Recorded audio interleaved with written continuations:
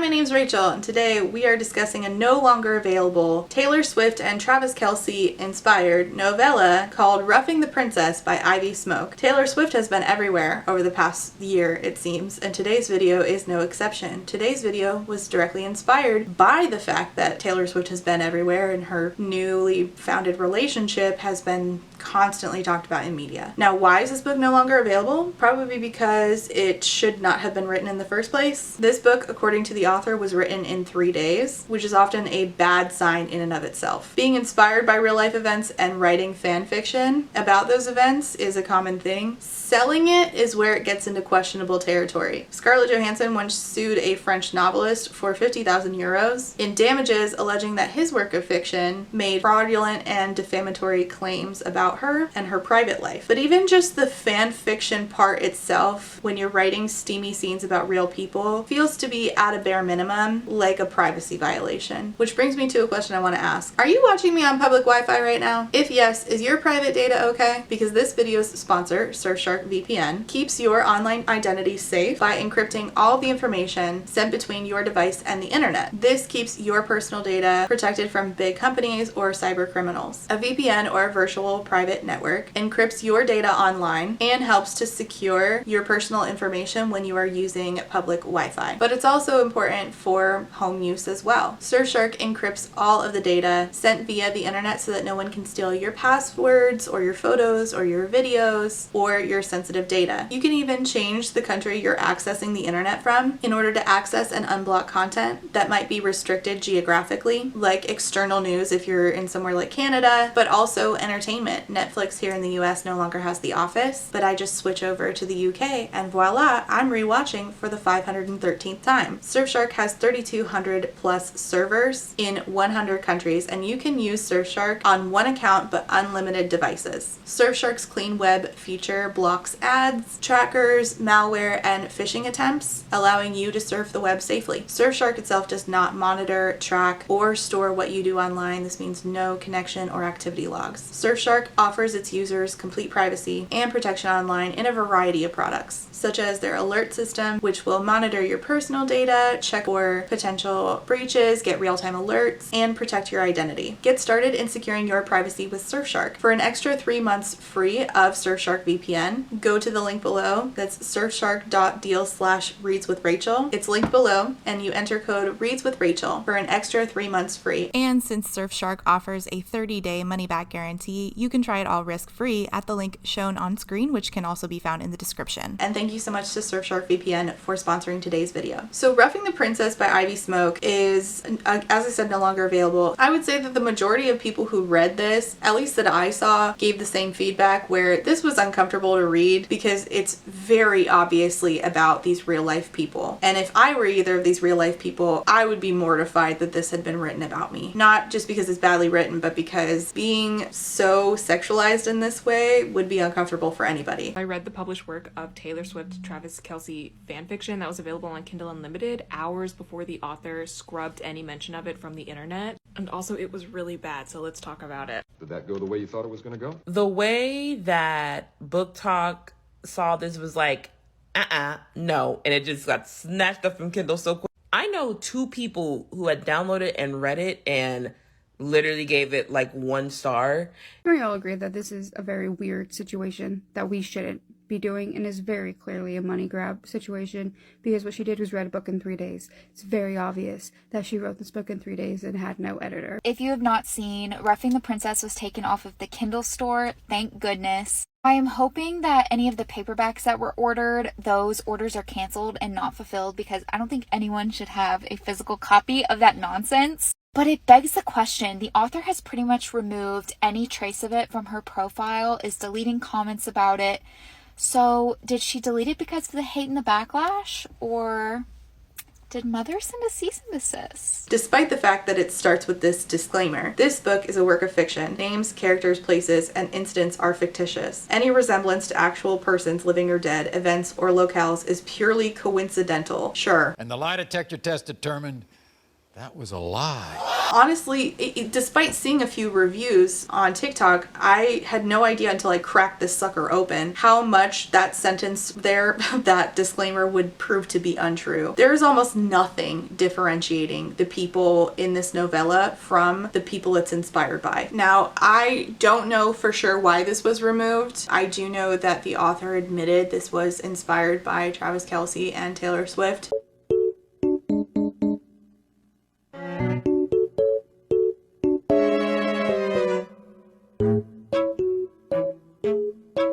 Reading it makes that blatantly obvious. I have no idea if it was taken down for a copyright infringement issue. I know some people said that they were going to report it. I think that that was probably the best choice. Much like Scarlett Johansson, Taylor Swift would have had a case to sue here. In this book, the name used for the blonde pop star with cats, a very particular breed of cat, one of whom is named after the main character in a popular TV crime show. You get the picture. The Taylor Swift lookalike in this book is named Tova Saber. We only get a couple of POVs from her. Most of our POVs come from the guy, and there is no depiction of anybody in Tova Saber's life except her cats. The only difference made in depicting the personal life of who I can only assume is definitely Travis Kelce, who in this book is named Talon, last name something with a K that I don't care about, was to depict his brother Jason Kelce, who in this book is named Jasper, as a widower with one daughter instead of a married dad who has two daughters, which I thought was an odd choice. I wasn't sure why we killed off the wife, but then I read the end and I realized that the reason he was made a widower was to leave the opportunity open for this author to create another erotic novella in the same universe she's creating between Jasper and someone else. Other than that, I would say that this is indistinguishable from the real life people that it's based on. I am going to review the book. I want to get this very important piece said about like why we should not sell fanfic and why this is not appropriate. Writing fanfic about real people is not new. After by Anna Todd certainly exists. The original After started off as fanfic of Harry Styles, whose name was changed to Hardin Scott in the published version. Now Harry Styles still has every reason to be massively uncomfortable with After's existence, but the reason Anna Todd was able to publish that for profit and get away with doing that, I think, is because it was so divorced from the real life of Harry Styles. Changing names was enough. Hardin Scott has a completely different background, lives in a different place, is not a pop star. If you were to put Hardin Scott and Harry Styles next to each other, you could quite a bit differentiate between those two, despite them looking alike and both being British. I suspect that this ebook of Roughing the Princess is probably no longer available because it cannot say the same. But it's not just that legally that this is probably,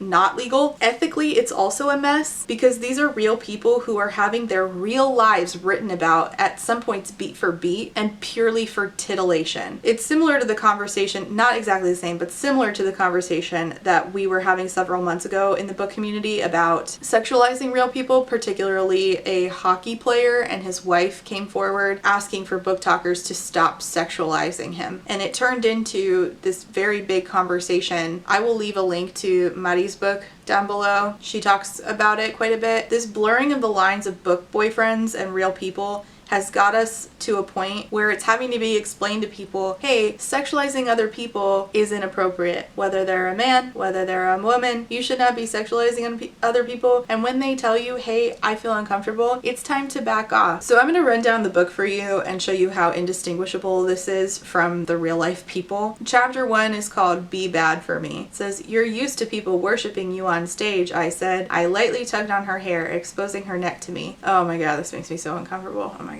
No, I can read about people that are fiction, but this, because of the like intention behind it, like that's what I'm uncomfortable about. I grabbed her thighs and hoisted her legs around my waist. I slammed her back against the wall again, kissing her so hard I was sure I was bruising her soft lips. Do you want to be a little for me, princess? Okay, freeze. Hold. Okay, this is already written like fucking Pirates of the Caribbean exists. Pirates of the Caribbean parody porn also exists. And you can tell the difference in quality between the two in writing, and also like the intention behind it. So the intention of this is to be a story, the intention of this is to be porn. The intention of this book, Roughing the Princess, is to be porn about real life people. So we are at the penultimate scene already, because this book is about a sex scene. It's existing to be a sexual fantasy about real life people. And we're jumping right into it because the author wants to appeal to people who want to see these two real life people having sex. And then the author is going to do a bet you're wondering how I got here, but to make it clear who she's talking about without explicitly saying it, she says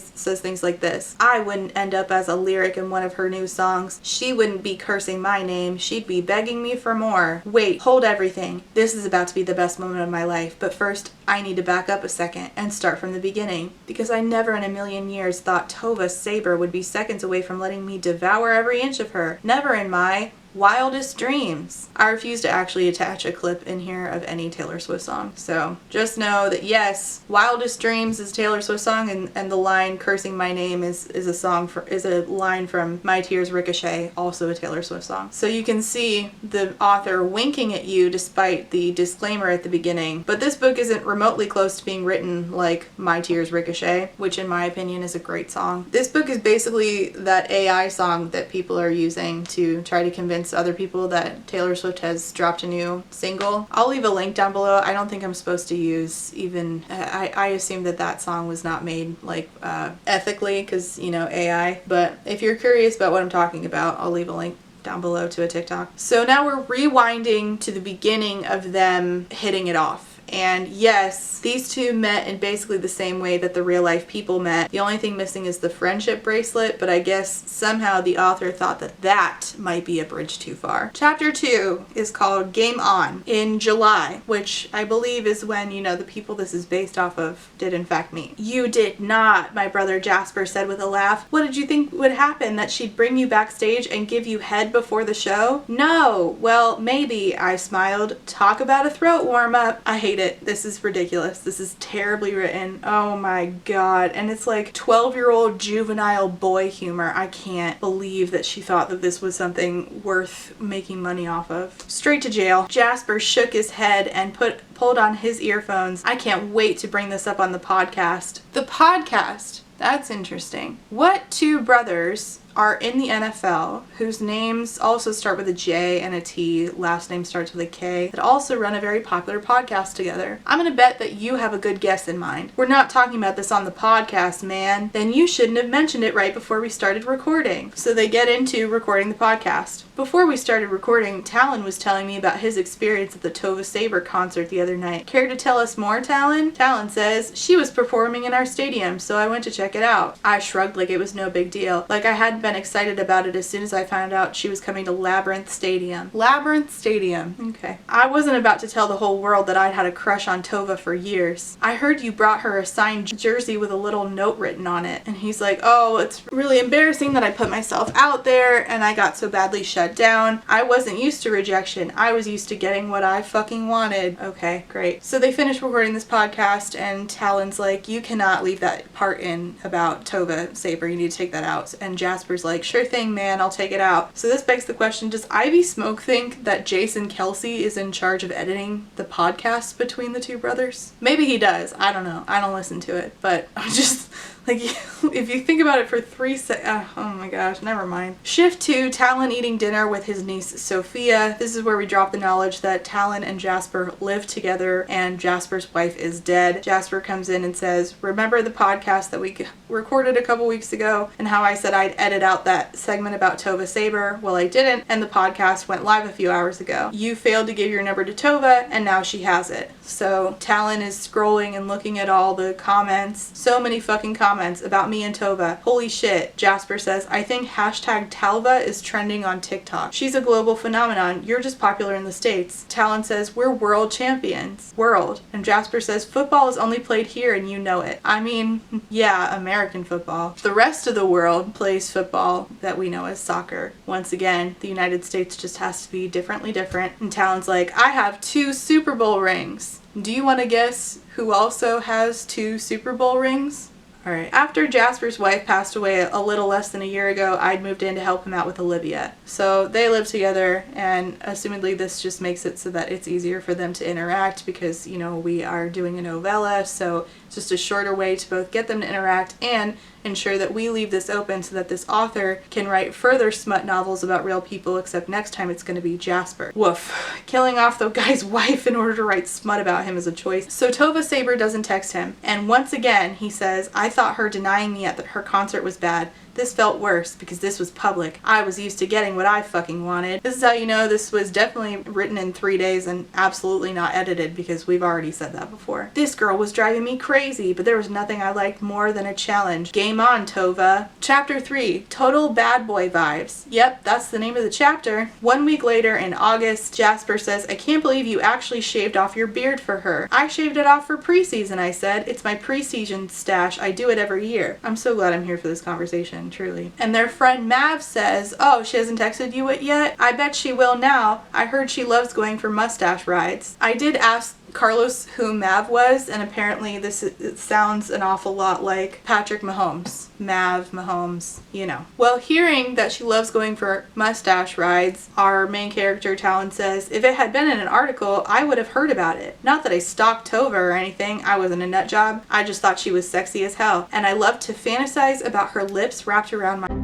Okay. Oh man, if I were this author's friend, I would sit her down and be like, you can't write that about real people. Except it just gets worse. So I'm convinced there were no friends involved in the making of this at all. If she wanted to go for a mustache ride, I'd give her the ride of her fucking life. And Mav says, I probably have a better chance than you know, since I not only have 2 rings, but I'm also a 2-time Super Bowl MVP and all. Definitely Patrick Mahomes. We both know you wouldn't have those titles without my help. Seriously, I'd like to see him win another ring without his star tight end. So Talon's a tight end. Do you want to guess what Travis Kelce's position is? Yeah. Jason Kelce. Oops, sorry. Jasper talks. That actually was not bland.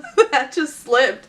Jasper talks about how he's worried about bruising his knee and how he bruised it years ago. I think that this is a real thing. I don't know. I would ask Alexa, but she's unplugged. And suddenly he has a text from an unknown number. Just one line. Hey, I heard you wanted a word. She saw the stash, man. Text her back. He says, who is this? And she says, your worst nightmare, Talon. I feel like this was written by a millennial. I would know. Cringe recognizes cringe. And he's like, nah, I feel like this is probably a stalker. She says, at least I didn't come to your game and beg for an audience. Who's the stalker here? And he's like, this is Tova Saber? God, what a stupid name. Tova Saber, global pop princess? Huh. My friends think you're just a fan fucking with me. You know, I highly doubt that this is how this conversation actually went in real life. Because this did happen, by the way. Send me a pic so I know it's actually you. A fan? You wish. I'm an Eagles fan, and don't call me princess. And now you're begging to be spanked, princess. Again, this is about real people. Like, it's not even funny. It's just weird. Like, what a weird thing to do. If somebody did this about me and Carlos, I would be so fucking creeped out. My publicist gave me this number, but maybe this was some kind of weird prank. I think I'm the one that needs the pic. So he sends her a picture of him and Mav and Jasper hanging out together. He's like, okay, it's your turn. She says, if you're expecting me to be lounging around in lingerie, I'm not. I'm just hanging with my cats. And she sends him a picture of her with her cats, and she's wearing like a t-shirt. So of course it's sexual. But the cat, it says it had one of those cute smushed in faces. So you want to guess who has one of the cats with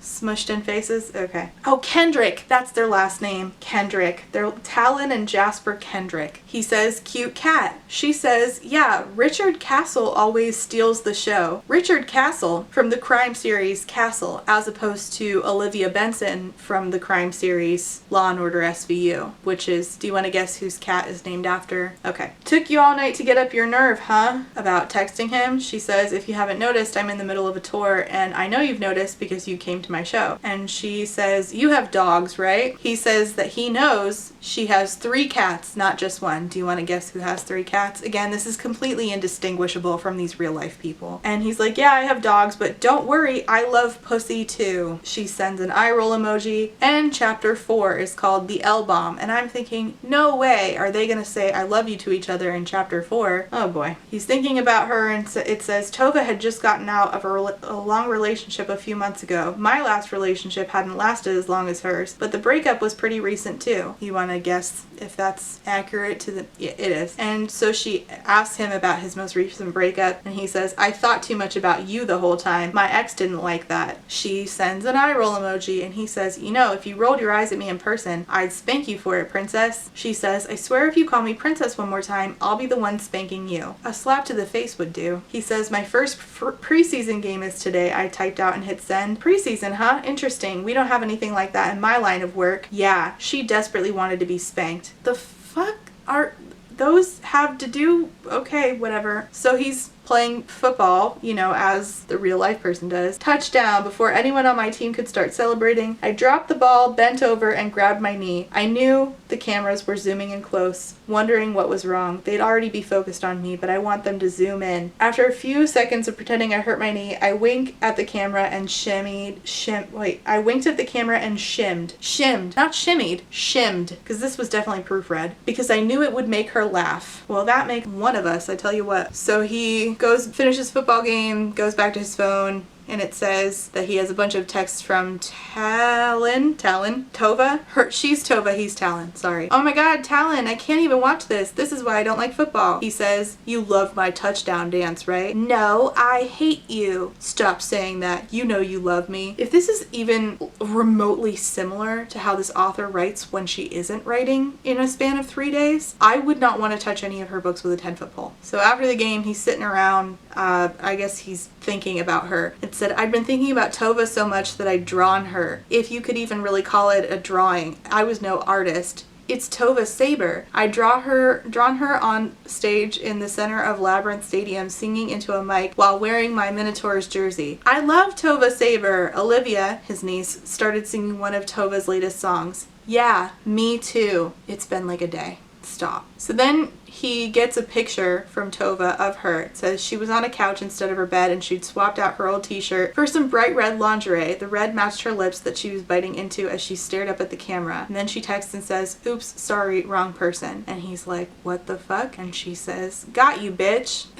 Okay, now you know how it feels. You pretending to hurt your knee wasn't funny either. This is so stupid. He says, I want to see you. I'm heading into New York in a few weeks. She says, I'm heading to New York in a few weeks. Do you want to meet up? And so they agree to meet up, and it says, see you in New York, Talon. God, I couldn't wait to have those red lips wrapped around my cock. And again, we have already used that sentence, so I think that this was so far away from an editor that this book and an editor were probably on different continents. Chapter 5, First Date. This is the first time that we are in Tova's POV. I opened my eyes and stared back down at the new lyrics. No one was going to cheer for this crap. Good night, princess. Don't have too many dirty dreams about me. That's a text that he sent her. It was like he could read my mind. I couldn't even count how many dreams I've had of him. Weeks of texting, weeks of him putting all his cards on the table, weeks of me pretending like his words didn't affect me, but they did. They have an effect on me too. I want to throw up. Not the actual person's words, because again, I don't know what those are. I'm talking about this author's writing. I want to puke. I wore my heart on my sleeve. Everything I felt went into my music, and after writing dozens of songs about heartbreak, it was hard not to think that maybe there was something wrong with me. I loved fiercely, and that meant that when I lost that love, I felt like I was breaking in two. Sometimes I worried I sought this pain out because it fueled my music, like I wanted the heartbreak, but no one wanted this. I didn't even want this. I had a breakup song to write. Some days, the only thing that kept me going was that my broken heart might heal others, because nothing was better than singing at the top of your lungs, cursing the boy who stole a piece of you. Oh my gosh. So I just find this like really, listen, I'm not like some like big Taylor Swift apologist, right? I think all the criticism on here is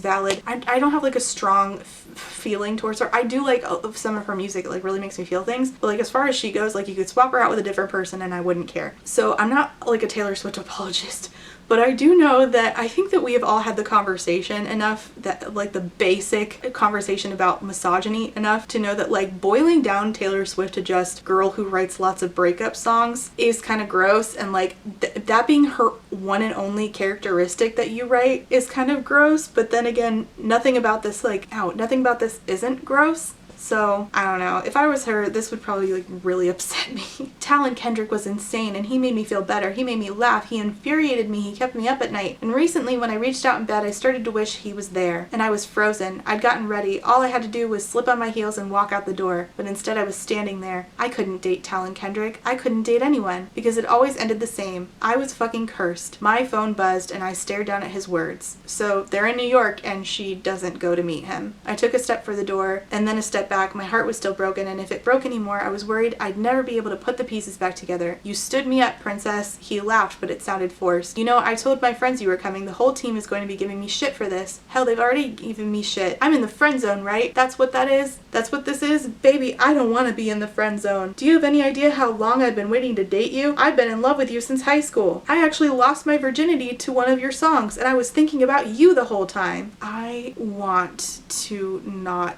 be able to read words anymore. I don't want to just text you. I want to kiss you. I want to feel you. I want to give you everything you need, everything you want. I'll treat you right. I'll treat you better than anyone else. I won't stand you up. And she's like, oh, you know, I probably messed up. This feels like the end. But I didn't want it to be the end of our story. Not when it felt like the beginning. I think that that's a song lyric reference. Chapter 6. Everything you've heard is true. Tova and I still texted. She'd given me some lame apology about having to work late the night she was supposed to go out with me in New York, but I knew the truth. She didn't want to meet up. She stood me up. And a man could only have his ego bruised so many times. Ick, ick, ick, ick, ick, ick, ick, ick, ick, ick. So Jasper, the brother, does an interview and he is asked about them. And he says, I guess since you asked, I can confirm that Tova and Talon have been texting. Actually, they're dating and everything you've heard is true. Immediately, Tova texts Talon and says, did you tell your brother to say that? He says, of course not. I'm sorry. I don't know what's wrong with him. What have you told him about the two of us? That we text, that's it, he knows that. Apparently not, Talon. Be honest with me. Is this all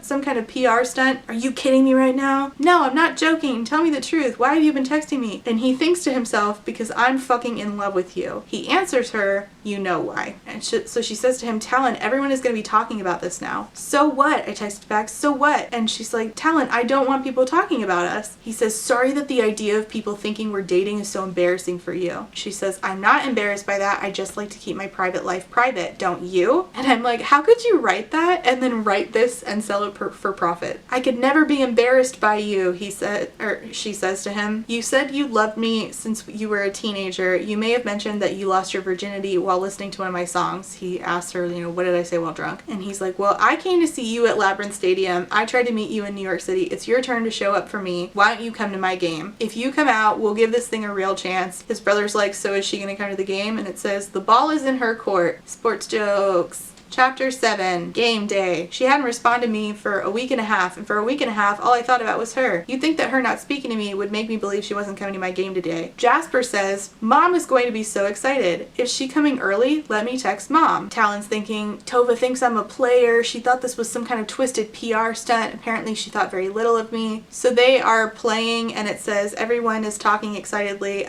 Zayden Slayer made a good catch for a rookie. Well, then he realizes that everybody's freaking out because Tova's saber showed up. Tova was sitting there talking to my mom. Oh my god, Tova was in my box. Everyone was pointing up at my box. Lots of the guys looked shocked. Some were giggling like little schoolboys with crushes. Back off, she's mine. Did you have to? Mav waved his fingers through the air and smiled up at my box. I really didn't like the way they were talking about my girl. I didn't love the way any of the players and staff were looking up at her. Blech. Somebody throws a pass. Perfect spiral. Talon catches it. But all I cared about was one person's reactions. I rolled my shoulders and shook my hips and smiled up at Tova. She was screaming at the top of her lungs, screaming my name. I smiled. Oh my god. She'd be screaming my name even louder in a couple hours when I finally got to fuck her tight little...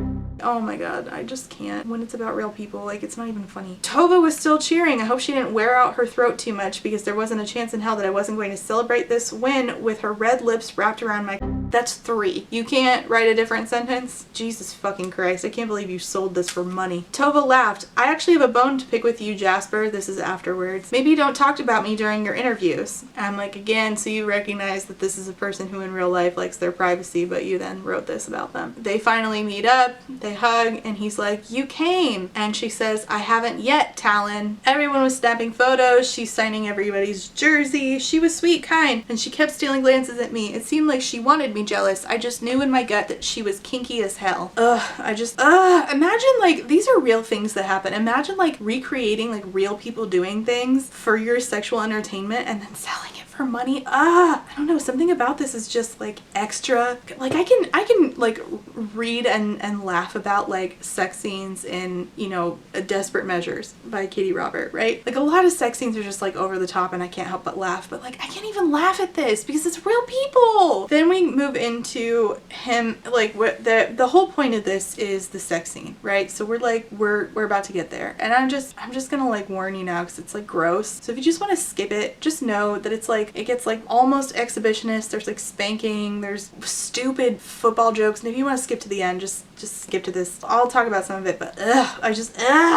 okay, so he sneaks to, like, a different part of the backstage of the stadium, and he knows that she'll be walking by a certain part, so he, like, sneaks and grabs her, which I don't know why her security detail wouldn't be with her. I don't know. I don't fucking know. He grabs her, he pulls her into a dark room, slams her back against the wall. Tova Saber, I whispered against her lips. I think it's about time you stop teasing me. Chapter 8, a private show. Here's where we get back to the beginning. So this is, like, where we started. You're used to people worshiping you on stage, I said. I lightly tugged at her hair, exposing her neck. I pressed a kiss to the side of her neck. She grabbed my shoulders. She's moaning. Is this what gets you off, Tova? A crowd of thousands cheering her name? She pretended to be a good girl. Maybe she usually was, but she wanted to be bad for me. All those flirty texts buried between more serious ones. There were serious texts? I didn't see him. That was the real her. I could give her fucking both. I'd treat her better than anyone else ever had, like the princess she was. But just like when we texted, the pause wasn't awkward. They're pausing before they smooch. It was like I'd known her my whole life, and maybe it was because I'd wanted to know her my whole life. Oh my god, this is the most unserious and shallow shit. Like, you know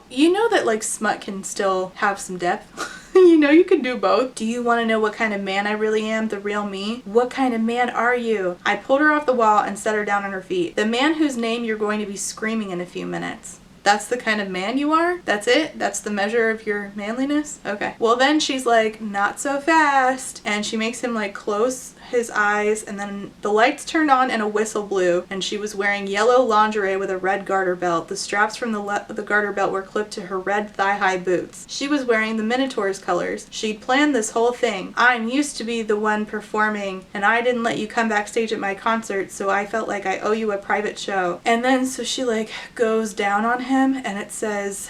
It almost looked like she was going to start singing her microphone. This is, like, the most unserious thing. This is, like, the kind of fanfic that somebody wrote for you to laugh at, but it's not. She's completely serious, and she wanted to sell this to you for $6.99. What the fuck? She pulled back and threw a yellow flag. Where the hell had she gotten a flag? She'd had too much fun perusing the shelves in here. Penalty, she said. 15 yards for roughing the princess. So apparently roughing the princess is a thing in football. Like, offsides is also a thing in... Okay, I don't care. Chapter 9, Bend Over Princess. That's the title of the chapter. There is a mirror window, so it looks like in an interrogation room. In the locker room, it looks like a mirror. In the room they are in, it's a window. So they are seeing into the locker room. Is this a thing? Or is this just here so that they can do weird exhibitionism? And I call it weird exhibitionism only because in this particular scenario it feels weird. If you're into exhibitionism, that's fine. It's just in this particular setup, I'm uncomfortable with it. And also, again, is that a thing in football? And if so, why? Please explain. Another thing I probably should have asked Carlos about. Those guys definitely couldn't see us, but we could see them. Performing in front of an audience gave me an adrenaline high. Combining that with sex, I couldn't even think straight. And he's, like, spanking her.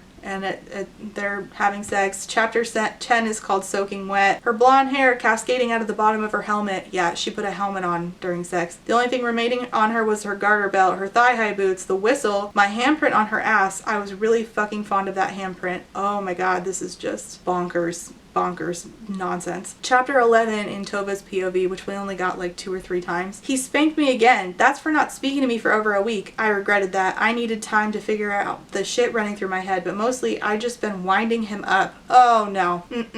No, I am super uncomfortable. Because if I was being completely honest with myself, I'd fallen for Talon Kendrick a long time ago. Talon was so fucking big, definitely bigger than anybody else walking by the window. And all my teasing him had paid off because when he pulled back and thrust in again, I swear I saw stars. And it says the line that every fucking smut book is saying these days, your was made for my Stop. Please, y'all, please get new sentences. It's like you guys are just regurgitating the same 5 sentences over again, and I am really tired of reading them. I wanted to remember this image forever. I never wanted to forget this feeling, because this feeling could write 1,000 love songs. Woof. Chapter 12 is called Good Girl. Do you have any idea how many times I stroked my while picturing you naked besides me? If you ever touch another man, I'm going to kill him. Tell them you belong to me. Say it. And then he says, you're going to be the death of me. And she says, that would make a great song. He says, don't even joke about that. I'm not just going to be some lyric in one of your breakup songs, Tova. I'm not going anywhere. And she says, I like the sound of that. And that's basically the end. The ultimate scene was them having sex. The book ends with a note from the author. A note from Ivy. I got the idea for Talon and Tova's love story on Sunday, but my writing schedule was already full. But then I kept thinking about them all throughout Monday. And then I couldn't sleep that night. The story just took over my mind. The story? The story? What story? You took real life actions that other people did, and then you wrote them down, created bad dialogue around them to lead up to a badly written, cringy sex scene. What story? So I just dropped everything and went into my writing cave. I wish that this had stayed there in the writing cave. And then I stayed up all freaking week, writing it as fast as humanly possible. Thank you, insomnia and coffee. I'm not thanking them. I think that they have some explaining to do. If you don't hear from me for a while, hopefully I'm finally sleeping again. I want to insert that audio here that says go back to sleep and starve. Or maybe not, because I usually write the series and I'm having trouble saying goodbye to Tova and Talon and Jasper. Here it is. Okay, here's where I realize why we killed off the wife. I mean, he's clearly heartbroken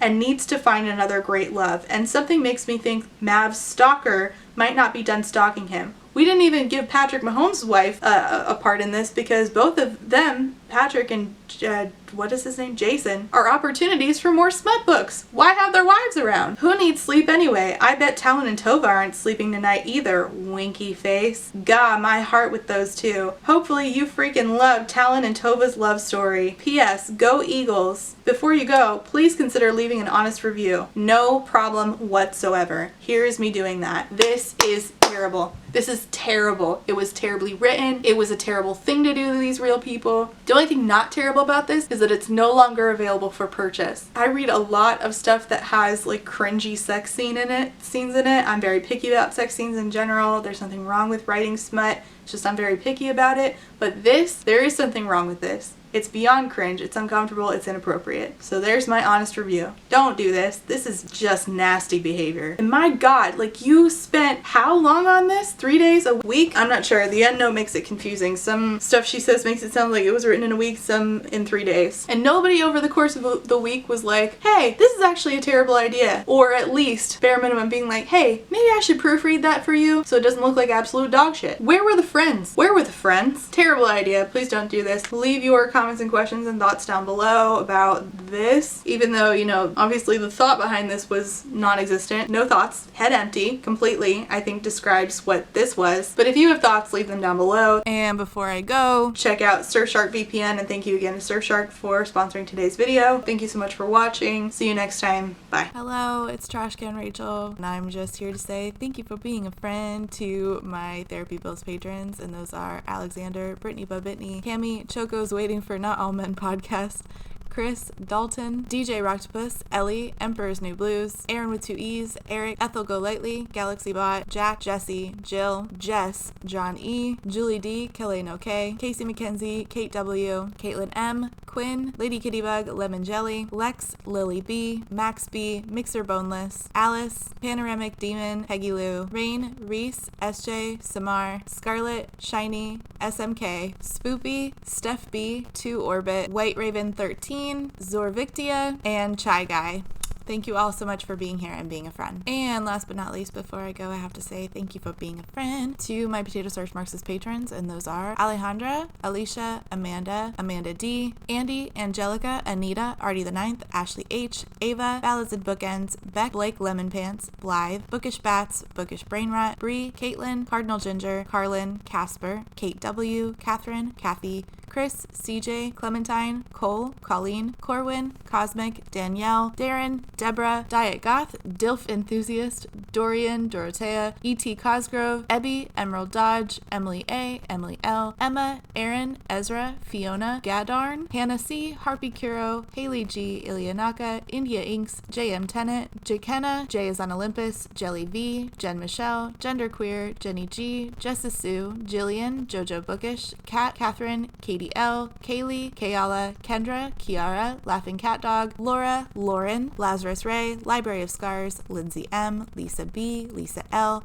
LP, Luciri, Lustful Octopus, Martin, Madison, Man-Eating Plant, Marcella, Marquita, Malara, Mentally Unwell, May, Molly, James, Natalie, Never, Nicole G, Nicole R, Nyan Binary, Paige P, Penny Chilling, Foxglove, Rachel B, Reba, Rebecca, Rivi, Ronnie, Rosie, Rowan, Secoria, Sadie, Sakia Lume, Samantha, Sammy, Sarah, Sarah the Bear, Sarah Z, Shamed, Shannon, Sheen Onion, Sean, T. Delegati, Tay, Talia, Three Old Dogs, Tiana, Toast, Trashcan Teddy, Tito Phoenix, and Writer A. Thank you all so much for being a friend.